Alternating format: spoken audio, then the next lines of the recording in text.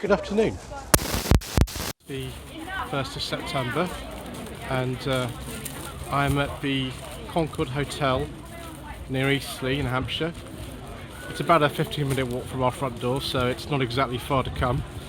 And this is the 2019 Concorde Classics Car Show. We're very near to Southampton Airport here, which used to be known as Eastleigh Airport due to its proximity to Eastleigh. And so the area here has a very rich history of aviation, and actually there were some cars built at what is now Southampton Airport back in the 1960s. There are actually a few of them here, so we'll go and have a look at that a little bit later. But yes, it's time for yet another one of what seems to be an absolute viewer favourite on my channel, which is a Slightly Shambolic Shuffle. Obviously, it goes without saying that we have possibly some wind noise, quite possibly some incorrect information, possibly fingers over the lenses, and you know, announcements and whatever that interrupts these kind of things. So I do apologise in advance for all of those things. And without further ado, we'll get on and have a look at some tasty treats that we have here. Now, Fords are always very popular at the Shambolic Shuffles, and there's plenty of them here. This is a 1990 Fiesta RS Turbo. It's been modified to produce 237 horsepower, which you know, does seem a little bit on the excessive side to me. It does, however, have a very nice, quite a standard interior, as you can see. The original Recaro seats and steering wheel there, which looks very nice. It's even got a remote tailgate, which looks very fancy. And right next to it, you've got a Mark 1 RS 2000. That's got RS 2000 Mark 1, which is a 1974. It's got the CB rally lights, which look really nice. It's sort of nice period correct colour. I think this is a genuine RS 2000, as far as I can see. Might not be, but you know, there we go. And next to it, we've got what looks like is this from Mexico. Ooh, very nice. Be about 1973 or thereabouts. This one. There's a bit of information about it there. Now, a lot of these cars, as you know, have been sort of faked up in recent years. This one might well be a genuine one, actually. It's very nice. It's a very period colour. The camera actually registering this car is a little bit more red than orange. I don't know why. It's definitely orange from where I can see. But yes, it's a really kind of a mean-looking car. Slightly less mean as this Austin Nash Metropolitan from 1958. These were made in conjunction with the Nash Motor Company, which later became American Motors. This, however, is not an Austin engine, it's an old B series in here. Typical kind of green valve cover there. Amazingly wonderful condition as well. Beautiful, beautiful car. They didn't sell a huge amount of them over here. They were mainly destined for export in America. This being a right-hand drive one is probably a UK car. It is wonderful. That's like a column shift gear change to it. Now that is really rather nice. Also nice is this 1984 Ford Capri 2.8 injection. It's been quite heavily modified. It looks a bit like a Capri Tickford. I don't think this is a genuine Tickford. The wheels have been changed as well. It does have quite a mean look. Oh yes, well there's Lewis Collins turning to step away from the Capri, so I should do that in a second. Various modifications to it. The steering wheel's not genuine. The rest of the interior is reasonably original though. That spoiler's not though. Colour's interesting. I don't know if that's a factory colour or not. Wow, gosh, it's a huge, big 1950 Pontiac. No idea about sort of British American cars like this. Say Silver Streak. Pontiac Silver Streak. Wanty.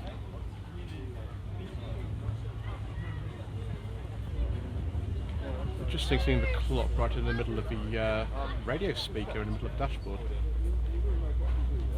It's just the scale of this car. I mean, even comparison with the Austin Nash Metropolitan over there, which was made for the American market by Austin for Nash.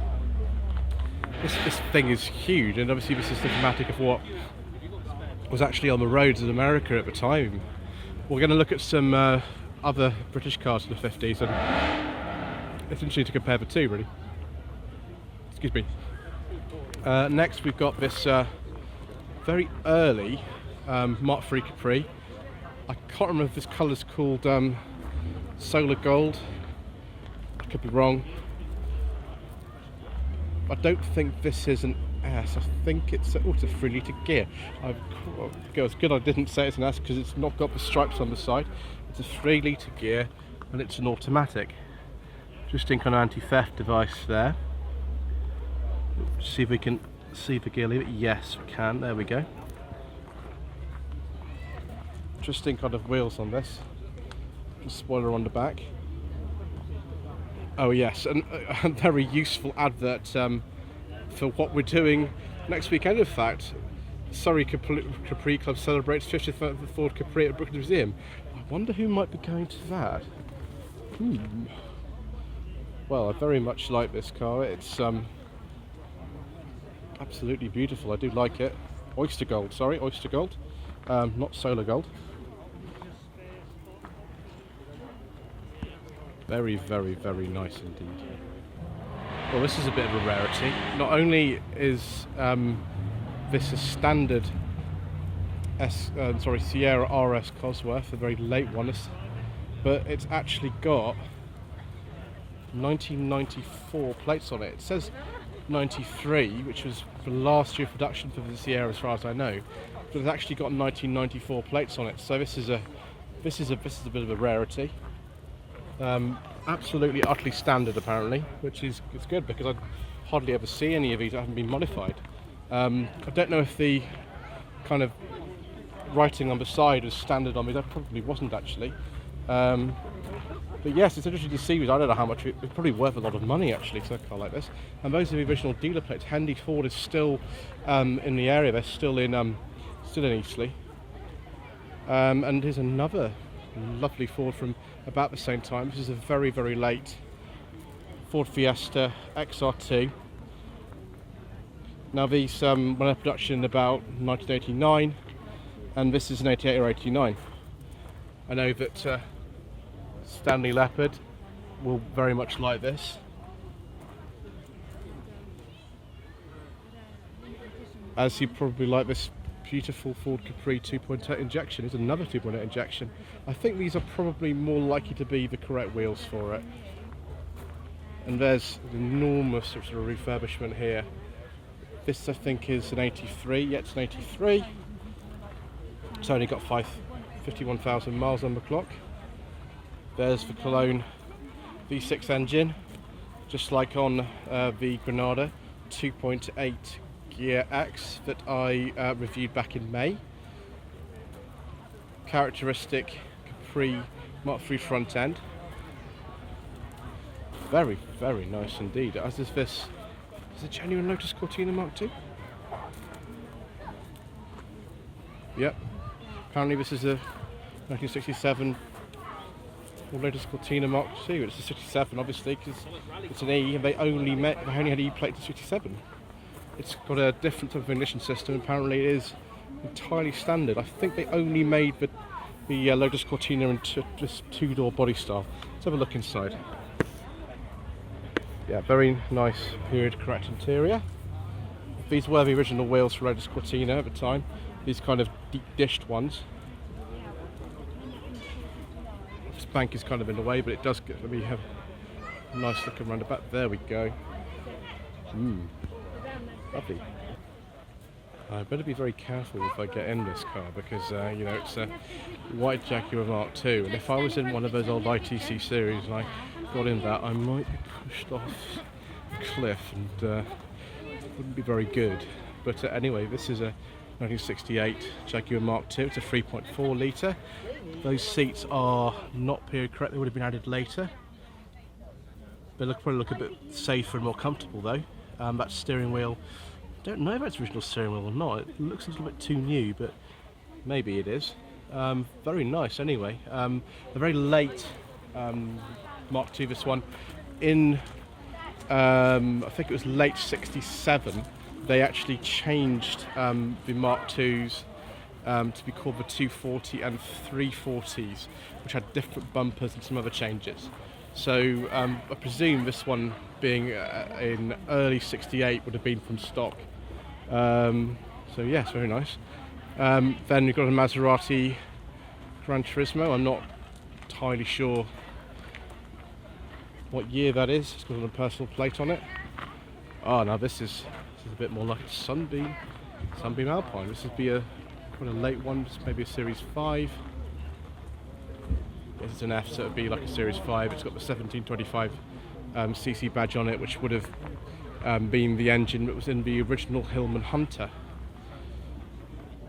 There we go, very nice condition in here. Absolutely lovely. I don't know why it's even got rear seats, they're pretty useless, aren't they? Lovely dashboard, lovely gear stick, but I don't know if that was the original wheel. It's a Motor Liter, so it might have been an aftermarket one, but lovely colour as well. And here we have a sort of more Dr. No specification Alpine. This is the same colour as the one that Sean Connery drove in Dr. No. His was a lot earlier than this. This is another 1725cc car. So I presume this is a Series 5 as well. This 66, this is, the other one was a 67. They look marginally different, but I'm not an expert on these. But again, that looks like the original steering wheel. Again, similar lack of knee room in the back for any passengers. And yes, lovely dashboard. Oh, ooh, Daimler V8 250. Very tasty. Yes, original wheels too. Now that's more like, I think these are the sort of original seats. They've been refurbished, I think, these seats, but they are more like the original ones. That steering wheel looks original to me as well. Got the sort of spats on the back.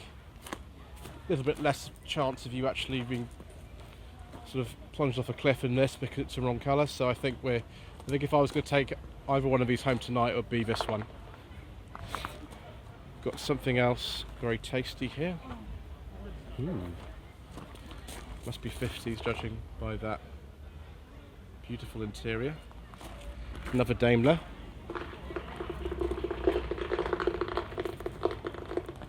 Daimler Barker something sport. Can't read that. Daimler Barker Special Sport. Okay. So it's a Barker bodied Daimler from 1953. This looks like a 90s Jaguar. Yeah, J6 Sovereign, 1998. Amazingly cheap these are. They're so cheap. Really a good entry level classic for one of those. And here's an X350, I think they're called. It's a Jaguar XJ from about 2007. Ooh, Daimler SP250. That's very nice. Absolutely lovely. Dart name wasn't officially used, of course. They were called the SP250. The Dart was like an unofficial nickname for these. Fiberglass bodywork. Same 2.5 litre V8 as in the V8 250 over there. Again, the seats look like they've been altered in here. Very nice indeed. Once again, another one of my favourites, a Triumph GT6 Mark III. So this would be about 1972. Amazing how low off the ground these are, getting in and out of there. It's like an Alfa Romeo 105 Series Coupe. Very low off the ground. Dashboard just like on a Dolomite, something like that. Incredible engine access on these. Get to anything without really worrying about it, because it's got a separate chassis, like on a Herald. Ooh, two Lancia Chef Integrales. Don't mind if I do. Oh, and someone's left the window open too. Amazingly kind of 80s interior these have. Not as sort of bad in terms of the switchgear as I remember these being, but very, very yellow.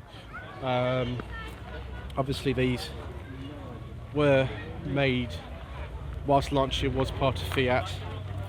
This is about 1990 or thereabouts. Yes, period correct wheels. Let's take another look at that interior. Lights and indicator on the separate stalks in this car.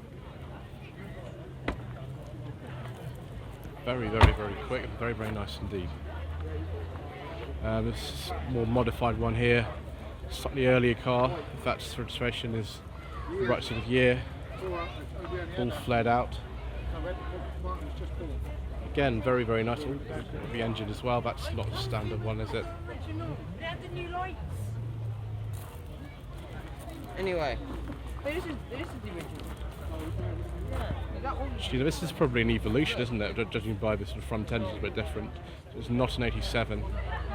That's just a personal plate. So maybe 92 thereabouts. Nice to see them there. Next we have a 1946 Rover 14 P2. Very typical colour of the immediate post-war period. Barely different from the car that came out of there. We can just put that through that, yes. Once again, see this beautiful interior. No, real wood dashboard. And here's something very interesting. 1966, I believe, Volvo P1800. This will be a P1800S because by this stage they were being built in Sweden. They weren't being built by the Jetson Motor Company anymore. That plate probably not original. Maybe it's got one at the back as well. You might actually be able to see. No, it's got the fake plate on the back as well. Yes, 1800S. Absolutely right. This is the car that Roger Moore drove from the Saint all the way through. It's a 68 actually, sorry, not 66. Doesn't have the original plate on it, so I don't know what it is, but we've got this interior which the Roger Moore cars had. Oh no, there we are. Yes, it's not one of the original Saint cars. Still very nice though. This is the sort of one that Roger Moore drove later in the series. They had two E-registration P1800 S's, and this is a 68. It's a very similar type of age, although the ones that they introduced at the end had mini light wheels. Here is a Series 2 Jack E type. Be careful we place that bonnet properly if you set off, otherwise you might ruin that. This is a 2+2. Oh, lovely, lovely, lovely interior. Absolutely perfect. These are an awful lot of money. Even the series 2s like this. 69, I believe. Oh, it's for sale. Pleased that I've she's bought myself a classic, so I'm not too tempted by that. I am, however, tempted by this MGB. Same kind of age, 69, 70. Lovely colour. Lovely wire wheels. Chrome bumper model. Incredibly clean. One of the cleanest MGBs I've ever seen. Yeah. Hasn't it? Right. This is another 69. Yeah, it's fine. Major restoration apparently in about 2005. Here's one of the predecessors. This is an MGTF. This will be just before 1955, B54, 55, something like that. MGTC. This is a bit earlier, it's 48. They are very similar, but the TC's still a bit earlier. Ooh, Vauxhall Victor. It's a 101 estate, just like in the Champions episode, Body Snatchers, I believe it was called. This is a really late 101. I don't know what standard or deluxe one. Minor Traveller. Be a very late one, yes, 67, 68 on a plate like that. And here's a more modern MGTF. This would be 2003. These again are not particularly expensive. If you want to pick one of these up, they're not too bad. This is not the Hydrogas one. This is the one that had the standard coil springs in it, engine in the middle. Let's take a look at the interior as well. Plenty of rubber bits in there. Another Morris Minor Traveller, 67. Absolutely lovely colour. Some nice aftermarket wheels on it. Some other stuff here. I don't know if it's that one. Yeah, Sarah's Tiger Cat E1. Never seen one of those before. I've seen plenty of those Nissan 350Zs though. Ooh, a Corrado VR6. Very, very nice. Is it dark green and a beige leather interior? Oh my gosh. Mr. Ben Quirt from Planet Auto, I have found something which would be very much to your and my liking, sir. Original tape player as well, I think. Oh, it's a store model. That's very, very nice. Yes, about 94, something like that. See, we've got a sunroof. Wow. Sorry, it's a 95. It's a pretty late in the the Corrado timeline. Very late in the Corrado timeline and very desirable indeed. I don't think they're even that expensive actually, these. It wasn't going to be long before we found something for Matt from the Matsu Bmw YouTube channel, and here is a lovely BMW E30, it's a 3 Series. Don't know if it's a 325i. This is the sort of some earlier type, so still got little bits of chrome on it and things. Yes, nice cloth interior. Ooh, it's a Golf VR6, Golf Mark III VR6. Oh yes. Oh, there we go.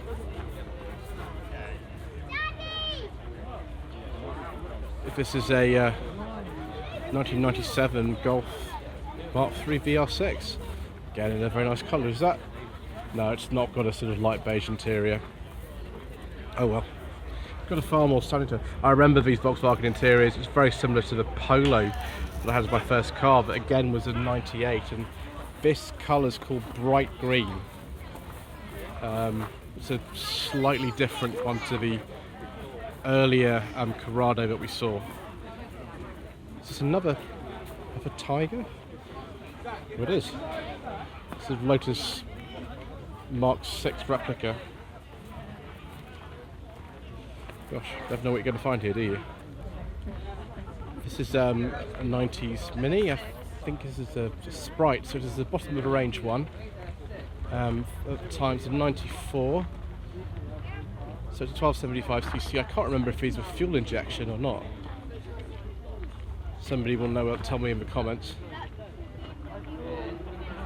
This car's still really low mileage and it looks really original actually. I remember Raoul's Garage. Yep, still got original dealer plates on it from Raoul's Garage. It's got the pre sort of big number change phone code on there as well, 0703, which was the dialing code for Southampton area. Again, you can see there that it was changed a little bit later. And then we've got Fiat Coupe, 20 valve turbo plus. It's a very late one. These again, they were pretty cheap for a few years ago. I don't know how expensive they are now. A few more minis. I think these are all Coopers. I think these are all from the 90s and 2000s. This is a really late one, October 2000. It's right at the end of production. Another really late one there. Ooh, Alfa Romeo 156, is that a GTO? Ooh, very nice. Yes, it's a GTA V6.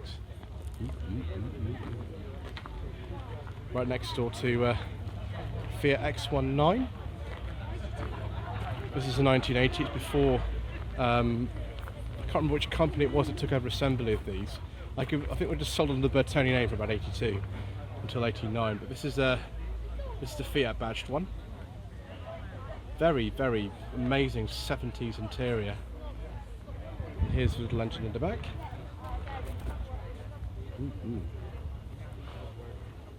Interesting.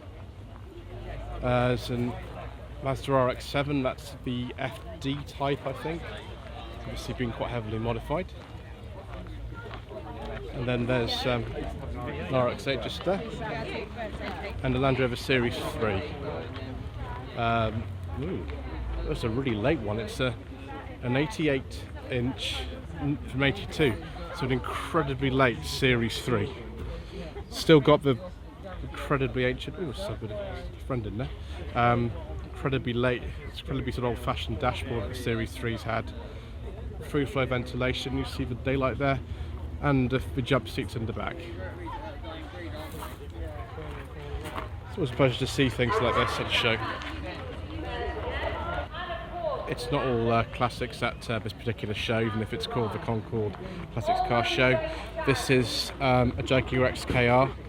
I don't know what year this is because it's got a personal plate on it, and I can't bother to look up the MOT history for it.